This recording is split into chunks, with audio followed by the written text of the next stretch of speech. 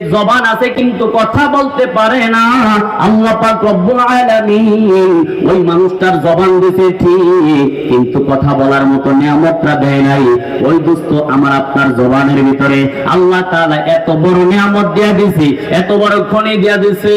এই যে কথা শুরু হয়েছে কয় বছর পর থেকে, 1-1.5 বছর পর থেকে যে কথা শুরু হয়েছে, কথা বলতেছি 5 বছর বললাম, 10 বছর বললাম, 15 বছর বললাম, 25 বছর বললাম, 100 বছর বাঁচলে 100 বছর বললাম। ও দোস্ত, এই কথা ফিট করে দিছে কে? আওয়াজ করে বলেন কে? মুসলমান ইমানদার বান্দা, আপনার আমার জবান আছে, কথা বলার শক্তিও আছে। দুনিয়াতে এমন মানুষ আছে যে মানুষের জবান আছে কিন্তু কথা বলার শক্তি আল্লাহ তাআলা দেয় নাই।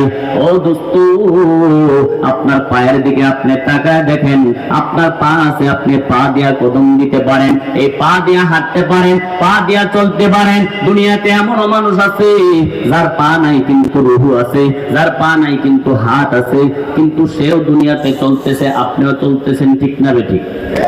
সেও চলতেছে, কিন্তু আপনার চলা যত সহজ তার চলা কিন্তু এত সহজ না। ও দোস্ত, এই জন্য সাবধান সাবধান, ভাবতে হবে, চিন্তা করতে হবে। আল্লাহ তাআলা তারে পা দেয় নাই, তারে হাত দেয় নাই, তারে জবান দিয়েছে, কথা বলার শক্তি দেয় নাই। আমাকে তো হাত দিয়েছে, জবান দিয়েছে, কথা বলার শক্তি দিয়েছে, পা দিয়েছে, বিবেক দিয়েছে, ব্রেন দিয়েছে। এইগুলি চিন্তা করলে আল্লাহর পরিচয় পাওয়া যাবে। কথা বলেন ঠিক কিনা?